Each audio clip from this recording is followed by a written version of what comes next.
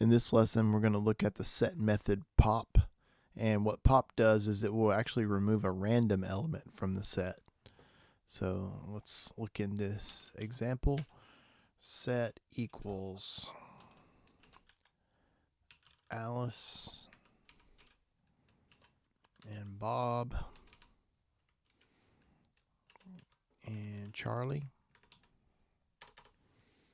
And then we'll just run set.pop. And we'll print the set.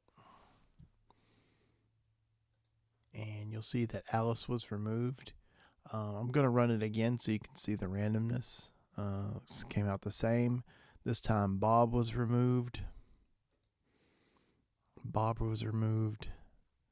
This, same as this before, but it's random on the pop method.